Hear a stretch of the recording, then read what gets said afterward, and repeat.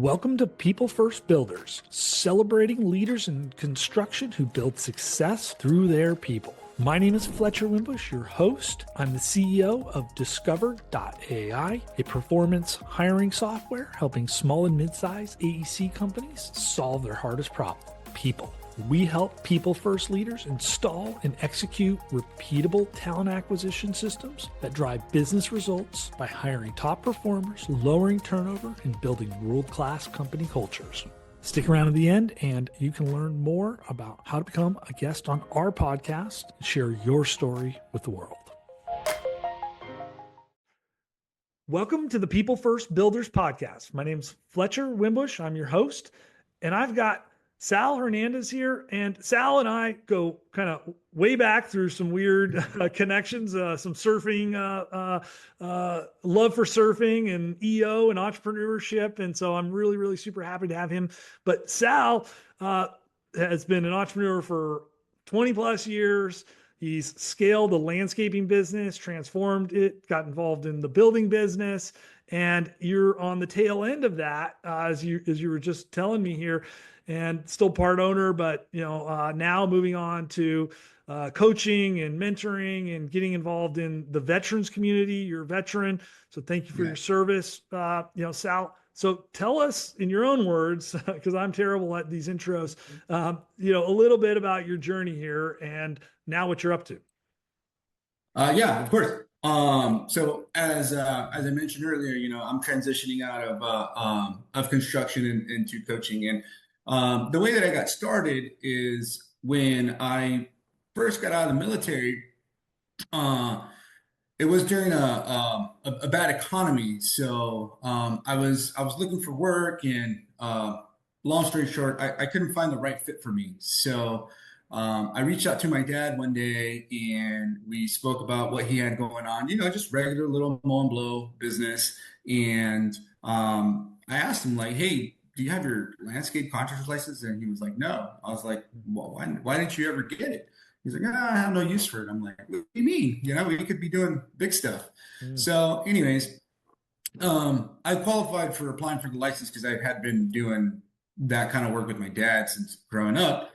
I got my license, and next thing you know, man, it's one thing led to the next. I started doing little jobs like landscaping, and there was a demand for doing additional work like hardscape, in layman's terms is concrete and walls and all the other stuff to the pretty things to accompany the landscaping, right? Right. And then there then started a demand, especially in Irvine, those HOAs, right? They're like, "Oh, we need a design for our job because we need to submit it to the HOA." I'm like, "I'm not a designer, I'm a builder, I will build it." But long story short, I took my butt back to school, just took like one or two design courses, and I started designing by hand. And later I found a software that helped streamline that process. And then I was getting so many design inquiries that later I had hired designers to help with that. And next thing you know, man, I'm here designing these, small backyards to designing complete outdoor living spaces with the pool, with the patio cover, the barbecue, outdoor kitchen, you name it. Right? Like a full-on outdoor remodel then. Pretty much. Yeah. And then there was a demand for, "Hey, do you do interior?" I'm like, "No, but I can help." Why not? Yeah, why not? So then, I started getting all these other licenses, got our pool license, our electrical license, our general contractor license. And, there you go. Like, I don't know, how long has it been? 9 years? 9 years since I've been in business. And 9 years later, here we are, full blown design and build. And as I mentioned earlier, I moved from Southern California to Northern California, and that kind of separated me from the business a bit, and got to talking with my business partner. He wanted to go one direction, and I sort of wanted to go a different direction. So we talked negotiations, and he was like, "Yeah, I'll buy you out." So here we are. I'm down to about 30% equity. I'm about to get completely bought out by the end of the year. In the meantime, what I've been doing, so a successful exit. Yeah, of course, There we go. 100%. Yeah.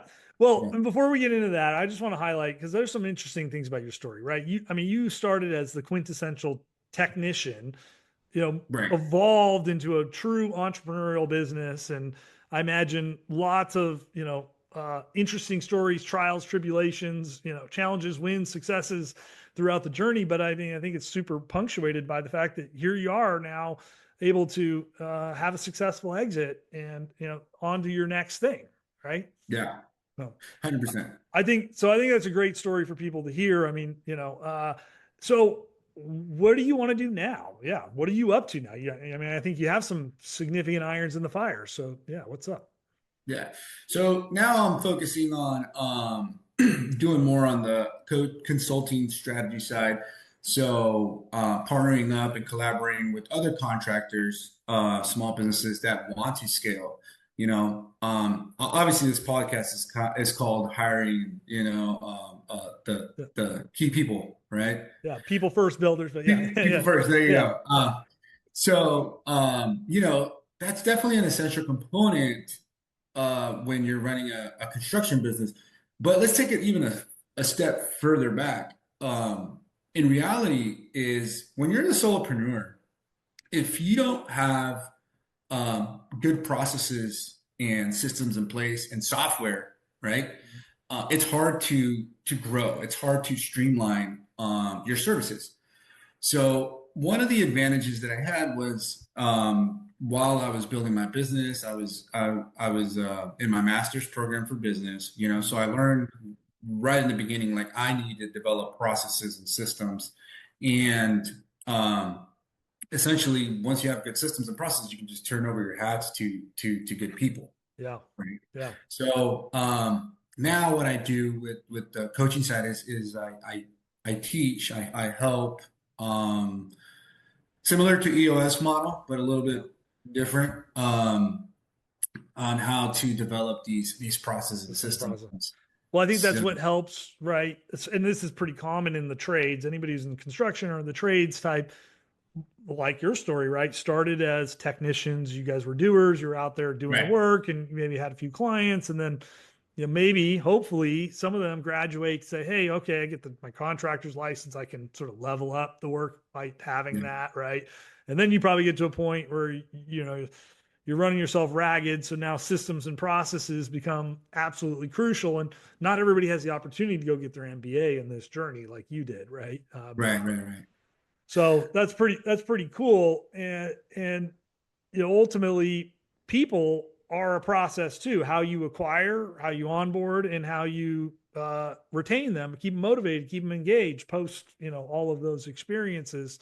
Any big stories, challenges, or anything that you dealt with in your journey that you'd like to share with us when it came to establishing some people processes? Yeah, absolutely. Especially, when COVID hit, Mm. when COVID hit, I mean, the economy was like great, especially for construction at least. Construction like went on a Yeah, rampant, yeah. and you know, people, Outdoor living spaces must have been popular. they were popular. They were very popular. So we were like so busy, putting projects like out in the back burner sometimes, and just it was a busy season. So it was hard to keep up with hiring. So one of the strategies that we implemented was identifying our good subcontractors Mm, and have them integrate into our system and have them help us with our projects. mm. You see what I'm saying? Until we found good talent. So you would, and identifying a good subcontractor is probably not all that different than finding a good employee, right, or new team member, I would imagine. Right. But you had some identified, and so you could lean on them to sort of outsource and allow you to Right. scale without tap into their high quality workforce, while it bought you time to be more patient to build your own. Because I think that's one of the challenges, right? I think in Yeah. construction, all of a sudden I got this big project. I need whatever 20 people. Yeah. Well, so then you have two choices. I mean, go down the path you went, or I just throw an ad up and I just hire every warm body that comes to the door. Well, that may not help for the quality. That might create more problems than it's worth. So you bought yourself time by tapping into those resources. Is that what I'm understanding? Yeah, 100%. So you buy yourself the time by hiring a sub, and while that's going on, your projects are still ongoing. You can allocate the time to find a good talent. And I gotta say this, man, believe it or not, when you're looking for good quality people, especially out in the field, Yeah. Trades or Craigslist. yeah. Craigslist, 100%, especially for the trades, man. Yeah. We would put an ad, we'd get about 25 to 50 inquiries in a week. I love it. And that was like 2020, 2021, And 2022. that's still today, man. Yeah, till That's today. still Yeah. today. Yeah. That's a great tip, Sal, because I think, I don't know, I'm 42, maybe we're Yeah. similar age, right? I remember, well, every time I'd move, I would sell all my stuff on Craigslist and then I would move when I was young and I'd move into my new place and I'd buy all my Yeah. stuff on Craigslist, right? I Yeah. sold a car on Craigslist just like 2 weeks ago. So it's still there. So if you're thinking to yourself like Craigslist is antiquated, like my wife was No. laughing at me. She's like, "What are you doing, man?" And I was like, "Dude, this place still works, right?" I But mean, I tried the whole LinkedIn, right? Like, yeah, but your field workers aren't on LinkedIn. no, they're not. Like you're not gonna find a good field worker. You might find like a good project manager, a Yeah, salesperson on LinkedIn, but you want to find your foreman, your field workers, yeah, go to Craigslist. yeah, yeah. You putting those ads in English and Spanish? Yeah, of course. Love it. Yeah. Okay. So that's another tip I'm always recommending, especially at that level of worker, right? Like Yeah, meet people where they're at, right? If they, that they probably speak English, but they probably don't read it very well, right? So like yeah, give them a break, man. Meet them where they're at and make it easy for them to come to you, right? By, speaking their language, literally, quite literally.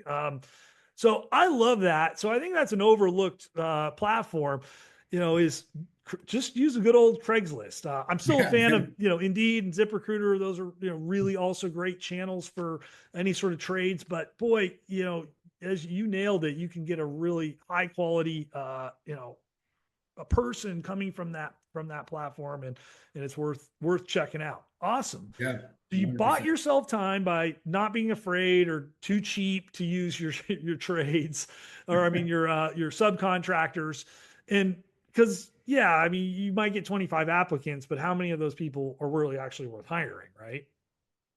Yeah, I mean, out of those, we would identify like the top three or five, and obviously just one Yeah, made it to the next yeah. round, and we hired him on the spot. Yeah. So that takes time, right? I mean, this is Yeah, funnel effective. You didn't just collect 25 resumes, pick three, and just be like, yeah, hired them, right? Ultimately, you weeded out folks for various. So, how did you decide who was good? I mean, assuming you had somebody who had a resume or a background that was relevant, they weren't, that doesn't necessarily mean they're worth hiring, right? right. So, No, we actually get to talk to them. So we call them on the phone, and a lot of them Spanish speakers. So yeah, to an advantage is, I speak Spanish. My business partner, another veteran, also speaks Spanish. yeah, So we would call and find out like, hey, what do you know how to do? yeah, Tell me your experience. Who have you worked with? Do you know how to lay block? Concrete, and if you could tell based on the conversation, right? Like, all right, this guy knows what he's talking about, and okay. we kind of would say like, what was your last project like? Mm, Tell me, run me through the project. Oh, we did this and that. Oh, okay. How deep did you go on that foundation? yeah. You know, and little questions here and there that they'll tell you like, yeah, you know what you're talking about. So Yeah. So I love that. I think that you need to punctuate that because I mean, might have been intuitive to you guys, but I don't know it's always intuitive to everybody, right? right, I'm hiring a mason and I'm asking these questions like, hey, what do you know how to do? What have you done? Or, do you know how to do X, Y, and Z? Especially if you list it out like that. Do you know how to do this, and that? They're just going to tell you yes. yeah, of and course, and you've learned absolutely nothing about him. But you right, nailed the nail on the head there, Sal. I think, and again, I think this is a common mistake that people make is they forget to dig in, right? Well, Yeah. and nothing is better than asking about real life scenarios, like what was the last project, or the last 6 months, like what were the last 3 big projects you worked on, and what exactly did you do? And then those follow-up questions that you, as a subject matter expert, should intuitively already kind of know what to ask. You start asking them those questions that require them to explain in great detail how they did what they did, why they did what they did. And the fakers start to come to the surface really, really quick, because Oh yeah. they don't know how to answer those questions, right? And even if I'm not the subject matter expert, I got my foreman that is, and let's say out of those 25, we got 2 good candidates that we like. Yeah. Be like, hey, but one of my foremen is Richard. Hey, Richard, we got this guy, man. I need you to talk to him on the phone. We're trying to bring him on board, so ask away.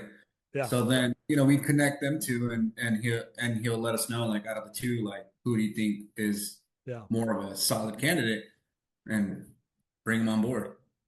So you do phone screen, you dig in right away. So I think that's another common issue that people do too, is they do like a pulse check on a phone screen, but you're getting right into the nitty gritty and you're digging deep on the phone screen, because that's more efficient for you ultimately.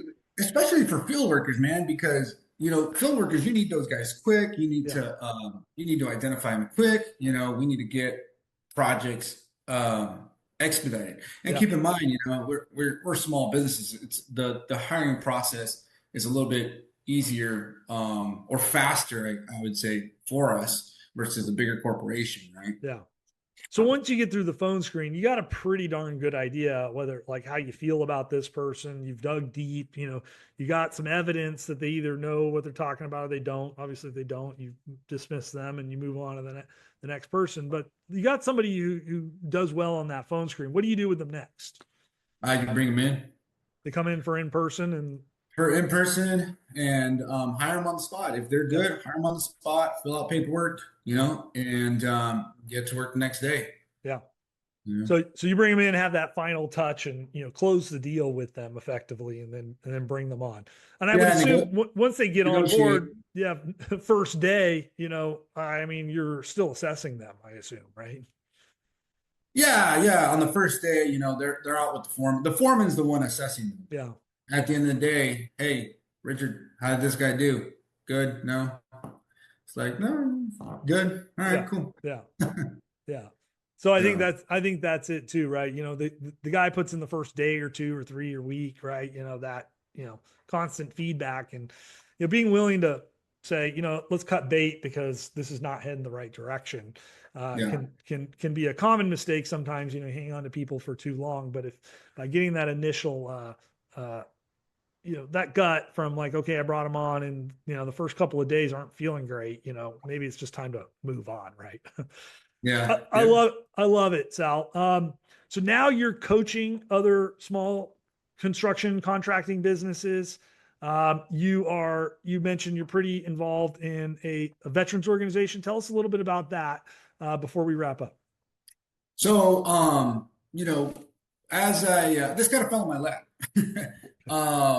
I was trying to get back into the veteran community. I've always liked to have a foot in the door with our community, and up in Northern California, it's just a little bit different. And there wasn't really no organization that was sort of like a professional network, right? Mhm.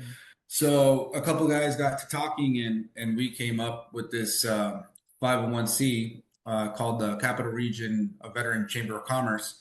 And basically, what that is it's to empower and advocate for veterans, their economic growth, Yeah. right? So navigating them as they transition out of the military into an entrepreneur roadmap or through an employment roadmap. Yeah. So it's partnering with you know companies that are pro vets wanting to hire veterans. And keep in mind, I myself, I'm a vet. My Yeah. business partner is a vet. And my main electrician, who's the licensed electrician, is also a vet. Yeah. So I do make that a a key to my business when I was running Pacific Breeze that, I wanted to make it a veteran company, Yeah. you know. Veteran led, great So, jobs, great career opportunities.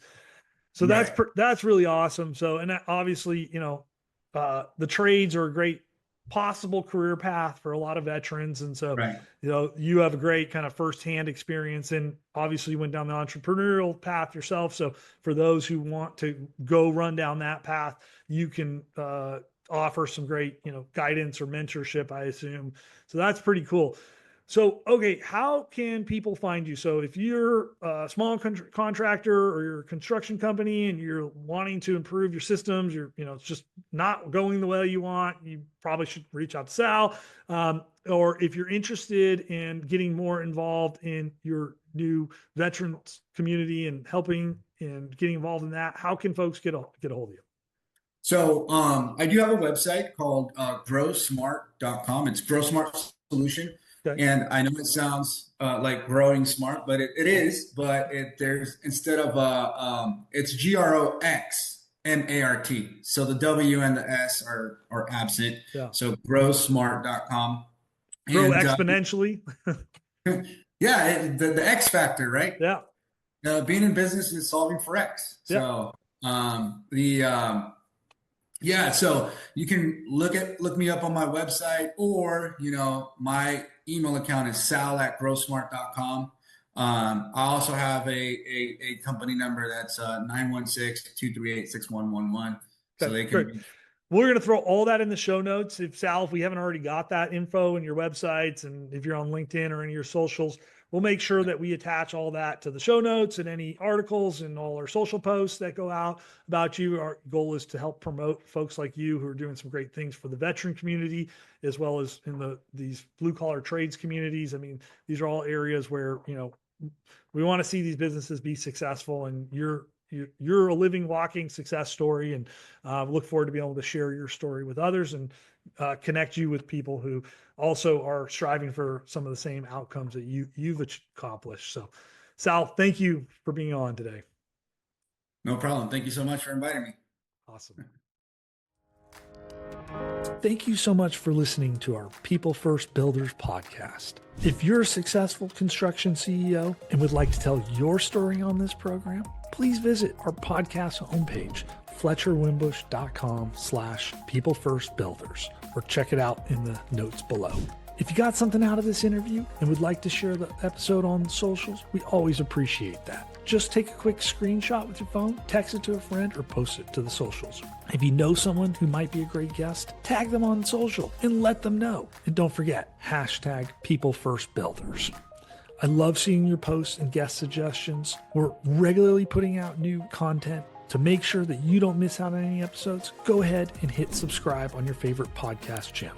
Your thumbs up and ratings and reviews go a long way to help promote the show and mean a lot to me and my team. Want to know more? Go to our website, FletcherWimbush.com, or follow me on LinkedIn.